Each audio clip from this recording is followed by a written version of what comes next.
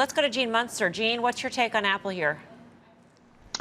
Melissa, there's the stock and there's the business, and eventually the business follows the stock. They are not getting credit for the strength in the business.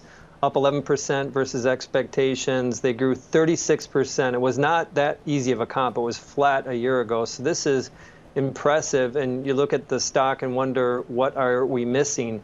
And what we're missing, of course, is the bingo word of the day of sustainability. And so let me just quickly highlight the sustainability question. Is that 75% of Apple's revenue is going to have a tailwind for the next few years. Mac and iPad from work and learn from anywhere. You have iPhone, multi-year 5G upgrade cycle. But that in itself, I suspect, will continue to power great results. And I think that we're going to be asking the sustainability question again. Each time Apple has a great quarter, investors are going to wonder how long is this greatness going to last? Which brings me to really the punchline, and it's my guiding principle around, we talked a little bit about Google, but Apple too, around innovation.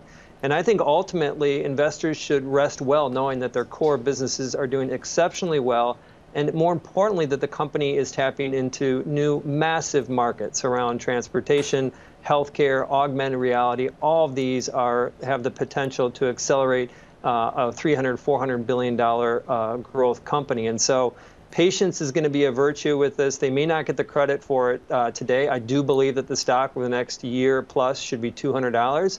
But if you start factoring in some of these other markets that they're going after that I just mentioned, this could be a much bigger valuation than $3.2 trillion. I get your notion about sustainability, and I'll direct this to you, Tim, yes. here.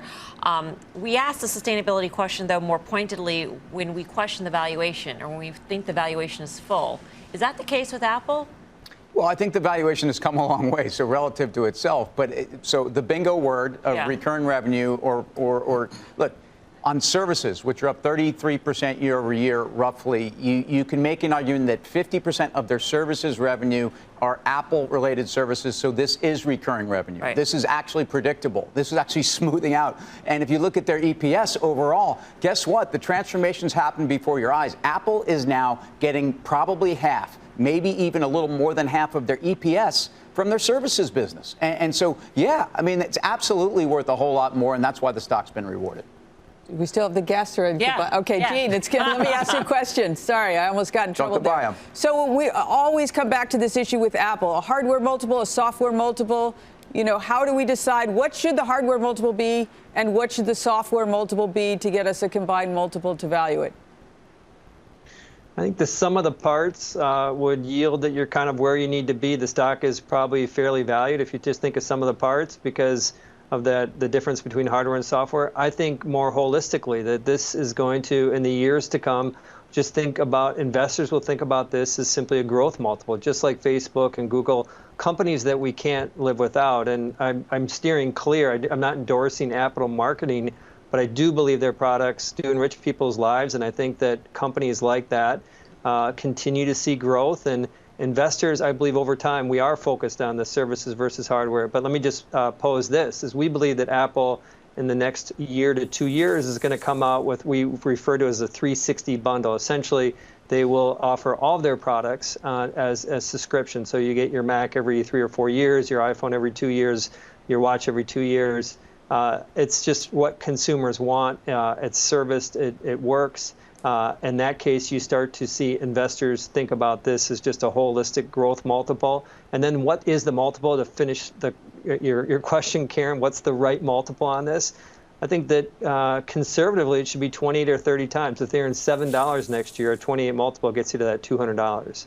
Yeah, Gene, you've been talking about that for at least a year or 2 years, hardware as a service, that sort of notion. Bono and Eisen, of the three, we've been talking about valuation all night, and I think that's key to seeing how the stock is moving in the after-hour session. But we are showing the forward PEs. Apple was, 28? Google, or I should say Alphabet, about 31. Microsoft at around 34. Which would you choose? What do you think is the buy here, given the results posted and the reaction in the after-hours? Well, it's hard for me to buy Google. To answer your question succinctly, I would say Google, but it's hard for me to try to top tick them given the momentum that we're seeing after hours. I'd prefer to see a little bit more liquidity traded and then choose a point of entry there. If I may, that double-digit sales in both new users as well as new conversions or upgrading, that is woefully impressive. Like, I don't think that can be overstated enough, considering the way that the hardware is then used to bring you into this ecosystem and then put you in this service system. To me, that is incredible. I mean, I don't think that has gotten enough attention, and that is clearly what caught my eye looking through the earnings. Yeah, I mean, the hardware margins beat expectations, Guy. And if you think about how a lot of other businesses market loss leaders, I mean, you basically give away a product to get the higher margin product. And so if you're trying to get services at a 69% margin, having a 30-something% margin on the hardware ain't too shabby. No, and if you want to call it a loss leader, I mean, I can't believe I'm saying that, but that to a certain extent, that's what you're looking at. But again, now you're talking about services which are now 21% of overall revenue, trending the right way. How do you trade the stock? Well, I would submit this. Listen, this was a wonderful quarter.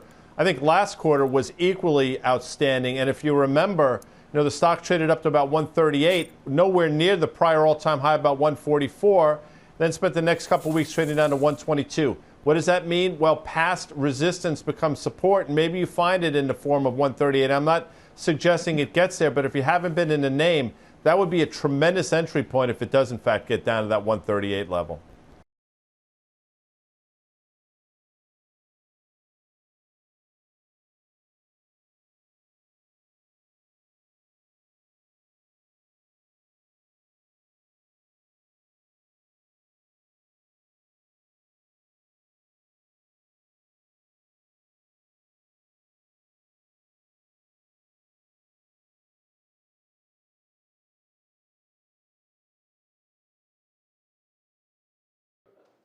Shepard Smith here. Thanks for watching CNBC on YouTube.